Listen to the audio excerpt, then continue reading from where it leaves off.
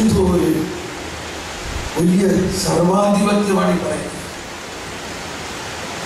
അവള് നേരിട്ട് രാജാവിനോട് കുറച്ച് ഞങ്ങൾ സംസാരിക്കുകയാണ്. രാജാവിന് എന്ത്, രാജാവ് ആൾക്കാരൊക്കെ വിചാരിച്ചു ഇവള് നിന്നെ പറ്റിക്കാൻ വരുന്ന ഒരു പരിപാടിയാണ്. അപ്പൊ ആദ്യത്തെ ടെസ്റ്റിംഗ് രാജാവ് നടത്തിയത് എങ്ങനെയാന്ന് വെച്ചാൽ, ഇവള് യഥാർത്ഥമായിട്ട് ദൈവാരൂപിയിലാണോ ഇത് സംസാരിക്കണെന്നുള്ളത് അറിയാൻ വേണ്ടി രാജാവ്, അതറിയോ നിങ്ങൾക്കത്? അത് ഇപ്പൊ പറഞ്ഞു വന്ന ഒരു ജ്ഞാനത്തിന്റെ പ്രവർത്തനമായിട്ട് രാജാവ് ആദ്യം തന്നെ അവളൊന്ന് ടെസ്റ്റ് ചെയ്യാൻ തീരുമാനിച്ചു.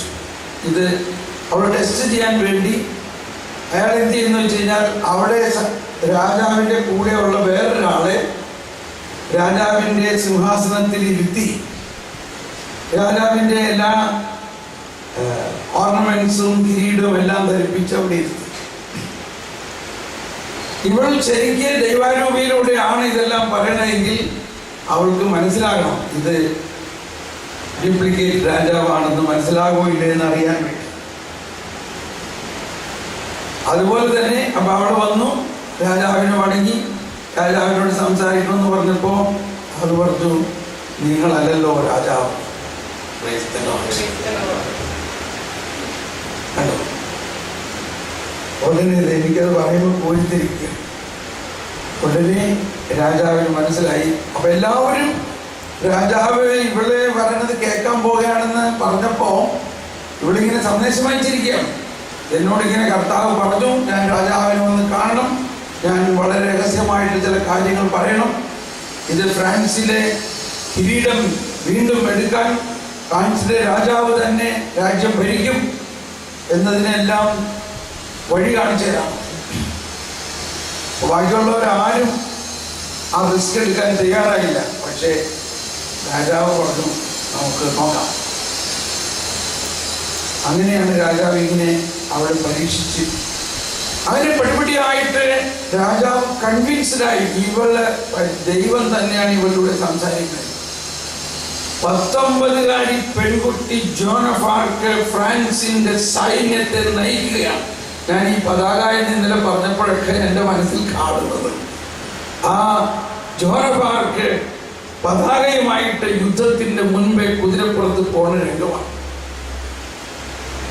സ്വാഭാവികമായിട്ട് നമുക്ക് തോന്നും, ദൈവം ഇതേമാതിരി ഇത്രയും വലിയ കൊലപാതകങ്ങൾ യുദ്ധമൊക്കെ നടത്താൻ പറയോ എന്നുള്ളതാണ് മറ്റുള്ളവർ.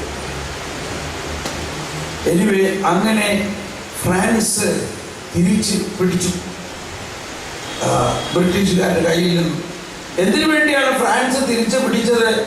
അവിടെ കർത്താവിന്റെ രാജ്യം സ്ഥാപിക്കാൻ വേണ്ടിയാണ്.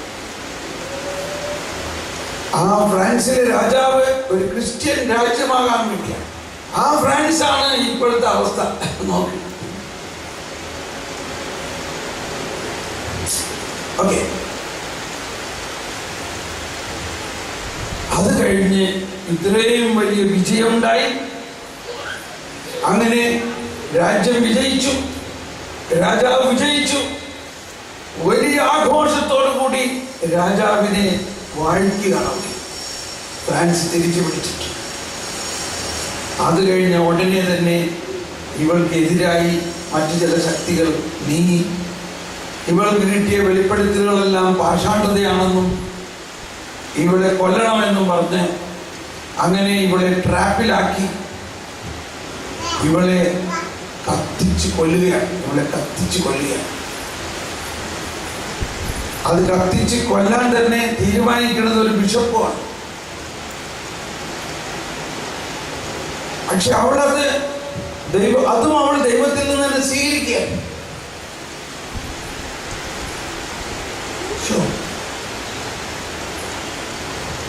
ആ ബിഷപ്പിനെ അടക്കിയിരിക്കുന്നത് ഇന്നലെ നമ്മൾ കണ്ട ലിസ്യുവിലെ കൊച്ചുത്രേസ്യയിലെ ആ കത്തീഡ്രലിൻ്റെ അകത്താണ് അടക്കിയിരിക്കുന്നത്. ഇന്നലെ കണ്ട അത് ശരിക്കും ലിസ്യു കത്തീഡ്രലാണ്. അതങ്ങനെ തന്നെ വരച്ചു വെച്ചിരിക്കുന്നത്. എക്സാക്ട് അതാണ് ലിസ്യുവിലെ കൊച്ചുത്രേസ്യ പോയി ചെറുപ്പത്തിലേ ഇരുന്ന് പ്രാർത്ഥിച്ചിരുന്ന ആ കത്തീഡ്രൽ. ഓക്കെ, അപ്പൊ നമ്മൾ മനസ്സിലാക്കേണ്ട ഒരു തത്വം, കഠിനമായ ഏറ്റവും വലിയ സഹനം നമുക്ക് ഉണ്ടാകുമ്പോൾ ഈ ജ്ഞാനം നമുക്ക് കിട്ടണം. ഇത് മഹത്വത്തിനായിട്ടാണ്, ഇത് ദൈവ മഹത്വത്തിനായിട്ടാണ്. അത് ശരിക്കും ജ്ഞാനത്തിലൂടെ മാത്രമേ ഇത് മനസ്സിലാവുള്ളൂ. ഇത് സംഭവിക്കുന്ന സമയത്ത് നമുക്കും ഇത് മനസ്സിലാവില്ല.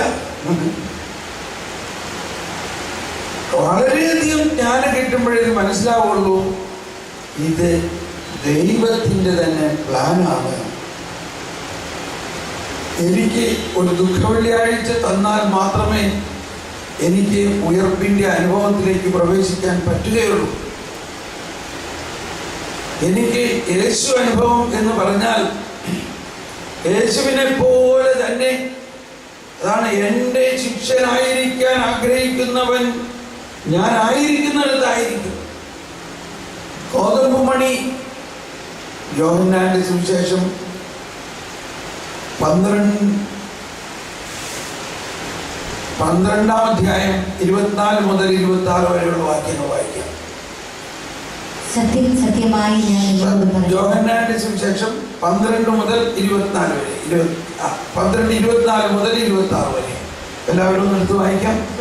സത്യം സത്യമായി സത്യം സത്യമായി ഞാൻ നിങ്ങളോട് പറയുന്നു, ഗോതമ്പ് മണി നിലത്ത് വീണ് അഴിയുന്നില്ലെങ്കിൽ അത് അതേപടി ഇരിക്കും. അഴിയുന്നെങ്കിലോ അത് വളരെ ഫലം പുറപ്പെടുകയും. തന്റെ ജീവനെ സ്നേഹിക്കുന്നവൻ അത് നഷ്ടപ്പെടുത്തുന്നു. ഈ ലോകത്തിൽ തന്റെ ജീവനെ ദ്വേഷിക്കുന്നവൻ നിത്യജീവനിലേക്ക് അതിനെ കാത്തു സൂക്ഷിക്കും. എന്നെ ശുശ്രൂഷിക്കാൻ ആഗ്രഹിക്കുന്നവൻ എന്നെ ശുശ്രൂഷിക്കാൻ ആഗ്രഹിക്കുന്നവൻ എന്നെ അനുഗമിക്കട്ടെ. അപ്പോൾ ഞാൻ ആയിരിക്കുന്നിടത്ത് എന്റെ ശുശ്രൂഷകനുമായിരിക്കും. എന്നെ ശുശ്രൂഷിക്കുന്നവനെ പിതാവ് ബഹുമാനിക്കും.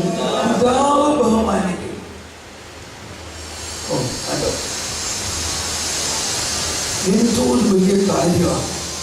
ആരുടെ ബഹുമാനമാണ് നമുക്ക് കിട്ടേണ്ടത്? പിതാവിന്റെ ബഹുമാനം. ആ പിതാവിന്റെ ബഹുമാനം കിട്ടണമെങ്കിൽ ഇവിടെ ഈ ലോകത്തിൽ നമുക്ക് ഒരു ബഹുമാനവും കിട്ടില്ല, ഒരു അപ്രീസിയേഷനും കിട്ടില്ല.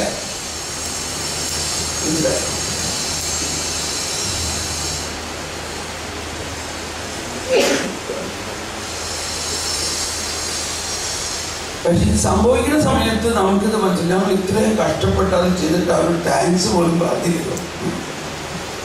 നമ്മുടെ ടീമെല്ലാം ചിലപ്പോൾ 40 ദിവസം ഉപവാസത്തിന് വലിയൊരു കൺവെൻഷൻ നടക്കുക. അതിനുവേണ്ടി അവിടെ പോയിരുന്ന് 40 ദിവസം ഉപവസിച്ച് പ്രാർത്ഥിക്കാറുണ്ട് ആ കൺവെൻഷൻ്റെ വിജയത്തിന് വേണ്ടി. അങ്ങനെ എല്ലാവർക്കും മനസ്സിലായിട്ടുണ്ട് ആ കൺവെൻഷൻ വിജയത്തിൻ്റെ കാരണം ഈ ദിനരാത്രം ഉപവസിച്ച് ഇവരവിടെ നിന്ന് പ്രാർത്ഥിച്ചതാണ്. പക്ഷേ മിക്കവാറും എപ്പോഴും സംഭവിച്ചിട്ടുള്ളത് കൺവെൻഷനെ എല്ലാവർക്കും നന്ദി പറയും, മൈക്കുകാരനും എല്ലാം നന്ദി പറയും. പക്ഷെ ഈ ഇവിടെ നിന്ന് ഉപവസിച്ചിരുന്ന് പ്രാർത്ഥിച്ചവർക്ക് നന്ദി പറയേണ്ട കാര്യം പറഞ്ഞു.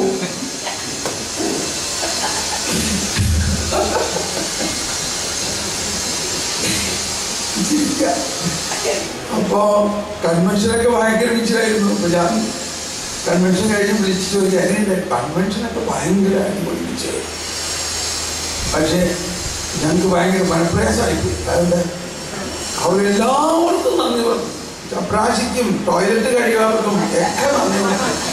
പക്ഷെ 40 ദിവസമായിട്ട് അവിടെ ഇരുന്ന് ഉപവസിച്ച് പ്രാർത്ഥിച്ച നമ്മളെ മറന്നുപോയി.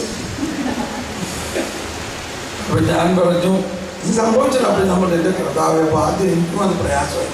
അപ്പോൾ കർത്താവ് പറയാണ്, ക്ഷമിക്കണ്ട, സ്വർഗത്തിൽ എല്ലാവർക്കും അറിയാം അവരെക്കുറിച്ച്.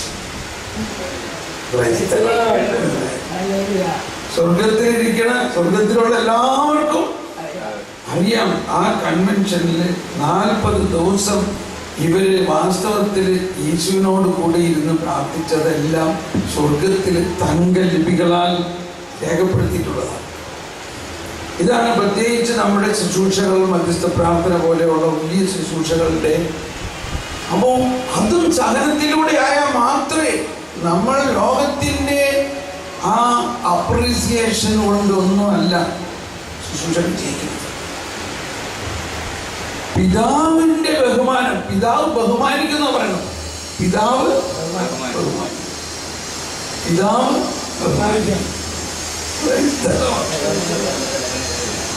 കണ്ടോ, ഈശോ പറയാണ്, എന്നെ എൻ്റെ ശുശ്രൂഷകൻ ഞാൻ ആയിരിക്കുന്നിടത്തായിരിക്കും.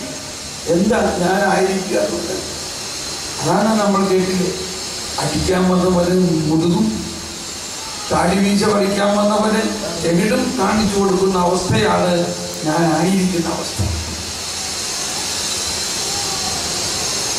ഇവിടെ പലതരത്തിലുള്ള സഹനങ്ങളിൽ ഒന്ന് രണ്ട് കാര്യമൊന്നും എടുത്ത് പറയേണ്ടത്. ഇപ്പൊ നമ്മൾ രാവിലെ ഒരു സങ്കീർത്തനം കേട്ടു. സങ്കീർത്തനം 55:12 മുതലുള്ള വചനങ്ങൾ. അവിടെ പറഞ്ഞിരിക്കുന്നത്, നമ്മൾ ഏറ്റവും സ്നേഹിക്കുന്ന വ്യക്തി, നമ്മുടെ ഉറ്റ ചങ്ങാതി, അവരിൽ നിന്നുള്ള സഹനമാണ്. ഭാര്യ ഭർത്തൃബന്ധത്തിലും അല്ലെങ്കിൽ മാതാപിതാക്കൾക്ക് മക്കളിൽ നിന്നുള്ള സഹനം, മക്കളെ വളർത്തി എന്തോ ഒരു വലിയ പ്രതീക്ഷയോട് കൂടി അവിടെ വളർത്തിയത്. പക്ഷെ അവസാനം ആ സ്വത്തൊക്കെ അവരുടെ പേരിൽ എഴുതി വെച്ച് കൊടുത്തു. അത് കഴിഞ്ഞപ്പോൾ മാതാപിതാക്കളെ പിച്ചപ്പാളയും പിടിപ്പിച്ചുകൊണ്ട് അവിടുന്ന് പുറത്തു പോകേണ്ട അവസ്ഥ ഒന്ന് ആലോചിച്ചു. അവരെ ബഹുമാനിക്കുന്നില്ല, അവർക്ക് വേണ്ടത് ചെയ്തു കൊടുക്കുന്നില്ല. സ്വത്തെല്ലാം മേടിച്ചു കഴിഞ്ഞപ്പോൾ അവരോട് പറഞ്ഞു, ഇനി എനിക്ക് നിങ്ങൾ നോക്കാനൊന്നും പറ്റില്ല. ഇവിടെ കൊച്ചു പിള്ളേരെ പഠിപ്പിക്കണം, അവരുടെ കാര്യം നോക്കണം. അവർ 10ാം ക്ലാസ് പഠിക്കുകയാണ്, അവരെ പഠിക്കുന്നത് ഡിസ്റ്റർബാവും നിങ്ങൾ ഇവിടെ താമസിക്കുകയാണെങ്കിൽ. അതുകൊണ്ട് നിങ്ങൾ ദയവ് ചെയ്ത് മറ്റേ അവരുടെ വീട്ടിൽ പോ, അല്ലെങ്കിൽ ഇവരുടെ വീട്ടിൽ പോ, അല്ലെങ്കിൽ ഇവരുടെ വീട്ടിൽ പോ, അല്ലെങ്കിൽ പല അനാഥ മന്ദിരത്തിലോ അല്ലെങ്കിൽ ഓൾഡ് ഏജ് ഹോമിൽ പോയി താമസിക്കും. അല്ലാതെ പറഞ്ഞുകൊണ്ട് വിഷം വിചാരിക്കേണ്ട, ഉള്ള കാര്യം പറയുന്നുള്ളൂ.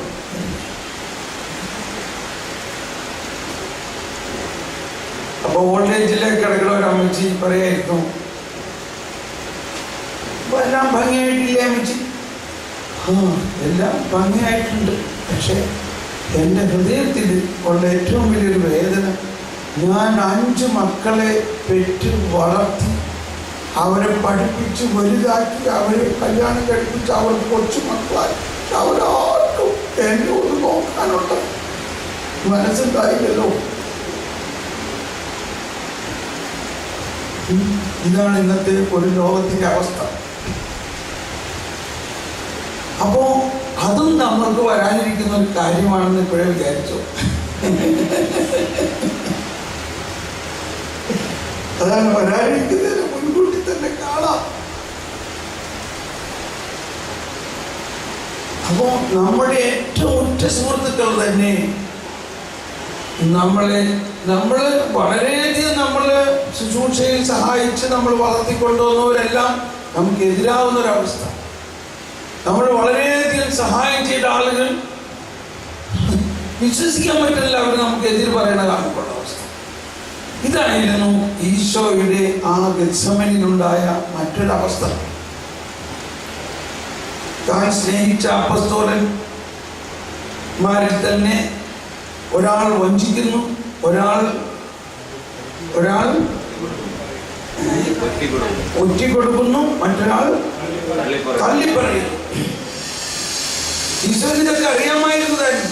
ഈശോ പറഞ്ഞു, പത്രോസേ, പിശാച് നിന്നെ ഗോതമ്പ് പാറ്റുന്ന മാതിരി പാറ്റാൻ എന്നോട് അനുവാദം ചോദിച്ചിരിക്കുക. ഞാനത് കൊടുത്തു. പക്ഷേ ഞാൻ നിനക്ക് വേണ്ടി കർത്താവ് 2 വശവും ചെയ്യാം. കാരണം എന്താ, എന്തിനാ അനുവാദം കൊടുക്കേണ്ടി വന്നത്?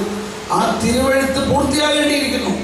എൻ്റെ ഉറ്റ ചങ്ങാതി തന്നെ എന്നെ തിരസ്കരിക്കും. ആ വേദന എനിക്ക് സഹിക്കേണ്ടിയിരിക്കുന്നു. ഇതൊക്കെയാണ് ഈ ദൈവരാജ്യത്തിൻ്റെ രഹസ്യങ്ങൾ എന്ന് പറയുന്നതിനൊരു വശം, ദൈവരാജ്യത്തിൻ്റെ രഹസ്യങ്ങൾ എന്ന് പറയുന്നത് ഇത് സാധാരണ ഒരു കണക്കുകൂട്ടലിനും മനസ്സിലാവില്ല.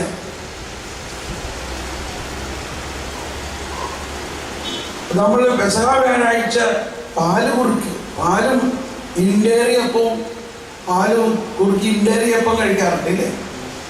എന്താ അതിൻ്റെ അർത്ഥം? എന്തിനാ പെസഹ വ്യാഴാഴ്ച പാല് കുറുക്കി ഇണ്ടേറിയപ്പം മുക്കി കഴിക്കുന്നത്? അത് പെസഹ വ്യാഴാഴ്ച തന്നെ ഒറ്റിക്കൊടുക്കാൻ പോകുന്ന വ്യക്തിയെ തൻ്റെ കൺമുമ്പിൽ കണ്ടിട്ട് അവനെ സ്നേഹിക്കുന്നതിൻ്റെ അടയാളമാണ്. തന്നെ ഒറ്റിക്കൊടുക്കാൻ പോകുന്നവൻ, നമ്മൾ അങ്ങനെ ആളെ അറിയുകയാണെങ്കിൽ നമ്മൾ ഉടനെ അവനെ എന്തെങ്കിലും ചെയ്ത് അത് മാറ്റാനല്ലേ നോക്കുള്ളൂ. അതിൽ നിന്ന് അവനെ പറഞ്ഞ് മനസ്സിലാക്കി, അല്ലെങ്കിൽ അവനെ പിടിച്ചിവിടെ കെട്ടിയിട്ടോ ഇന്ന് രാത്രി ഇവനെ വിടരുത്, ഇവനാണ് ഒറ്റിക്കൊടുക്കാൻ പോകുന്നവൻ, അതുകൊണ്ട് ഇവനെ ഇന്നിവിടെ പിടിച്ച് കെട്ടിയിടണം. ശരിയാവില്ല, പിന്നെ അവൻ ഒറ്റിക്കൊടുക്കില്ല. അങ്ങനെ ഒന്നുമല്ല ചെയ്തത്. കർത്താവ് അവനെ അങ്ങ് സ്നേഹിക്കുകയാണ്. എന്നിട്ട് പറയാണ്, സ്നേഹിത, ഇതാ നീ തന്നെ നമുക്ക് ഒരുമിച്ച് ഇതിൽ നിന്നും നോക്കി കഴിക്കാം. അത് സ്നേഹത്തിൻ്റെ വലിയ ഒരു അടയാളം.